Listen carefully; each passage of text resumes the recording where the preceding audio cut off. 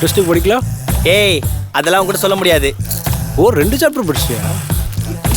அப்போ எனக்கும் சொல்லி கொடுத்துடலாம். ஏ சரி யார் இவனுங்களா?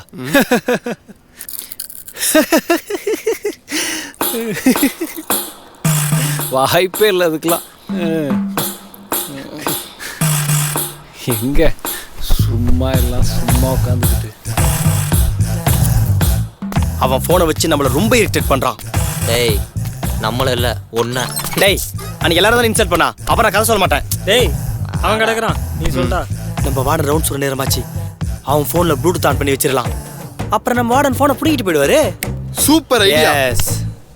அவன் தான் ஃபோனை கீழே வைக்க மாட்டேங்கிறானே. அவன் பாத்ரூம் போகும்போது ஃபோனை வச்சுட்டு தான் போவான். அப்போ ஆன் பண்ணிடலாம். அவன் எப்போ பாத்ரூம் போவான்? அப்படியே போனாலும் போயிட்டு வந்து ப்ளூடூத் ஆஃப் பண்ணிட மாட்டானா?